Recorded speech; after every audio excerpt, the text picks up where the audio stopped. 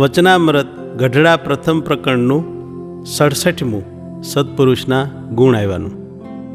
તારીખ 21/3/1820 મંગળવાર.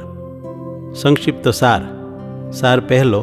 જેને આ લોકના સુખમાં પ્રીતિ જ નથી અને મહારાજની મૂર્તિને વિશે જ વાસના છે, તથા તેનો જે સંગ કરે તેનું પણ તેવું જ હિત કરે, અર્થાત જે કાંઈ કરે તે મર્યા પછી મહાસુખ આપે એવું જ કરે, તેને સત્પુરુષ કહેવાય.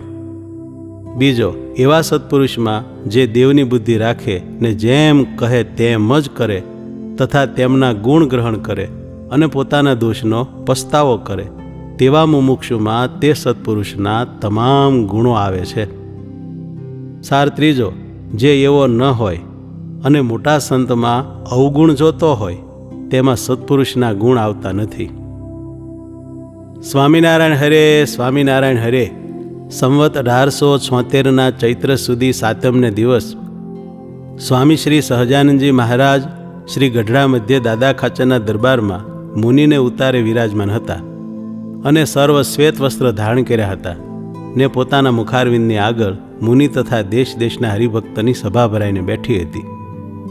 પછી શ્રીજી મહારાજે મુનિ પ્રત્યે પ્રશ્ન પૂછ્યો, જે કોઈ સત્પુરુષ છે તેને આ લોકના સુખમાં તો પ્રીતિ જ નથી અને પરલોક જે ભગવાનનું ધામ તથા ભગવાનની મૂર્તિ તેને વિશે વાસના છે, અને જે તેનો સંગ કરે તેનું પણ એવી જ જાતનું હિત કરે, જે આ મારો સંગી છે તેને આ સંસારની વાસના તૂટી જાય ને ભગવાનને વિશે પ્રીતિ થાય તો ઘણું સારું છે.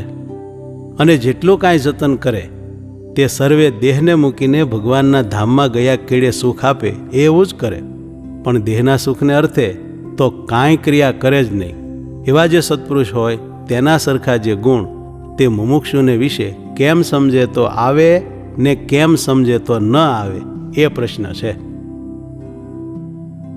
પછી મુક્તાનંદ સ્વામીએ કહ્યું, જે જેને આ લોકના સુખમાં ઈચ્છા નથી એવા સત્પુરુષ છે તેને વિશે દેવની બુદ્ધિ રાખે અને જે વચન કહે તે સત્ય માને અને તે પ્રમાણે વર્તે, તો એ સત્પુરુષના ગુણ હોય તે મુમુક્ષુમાં આવે, અને જે એવો ન હોય તેમાં ન આવે.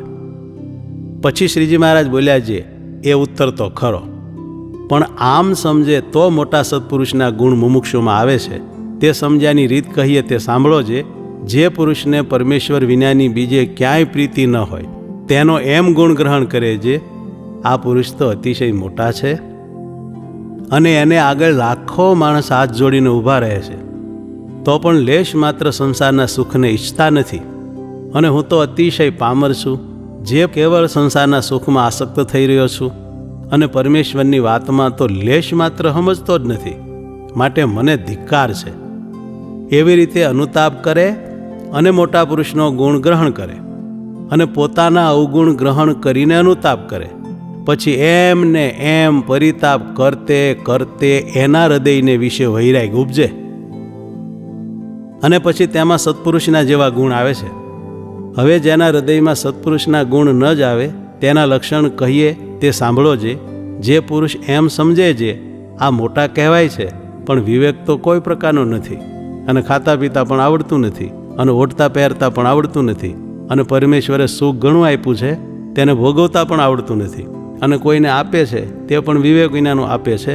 એવી રીતે સત્પુરુષમાં અનંત પ્રકારના અવગુણ પરઠે એવો જે કુમતી પુરુષ હોય તેને વિશે કોઈ કાળે સત્પુરુષના ગુણ આવે જ નહીં. ઇતિ વચનામૃતમ ગઢડા પ્રથમ પ્રકરણનું 67મું થયું.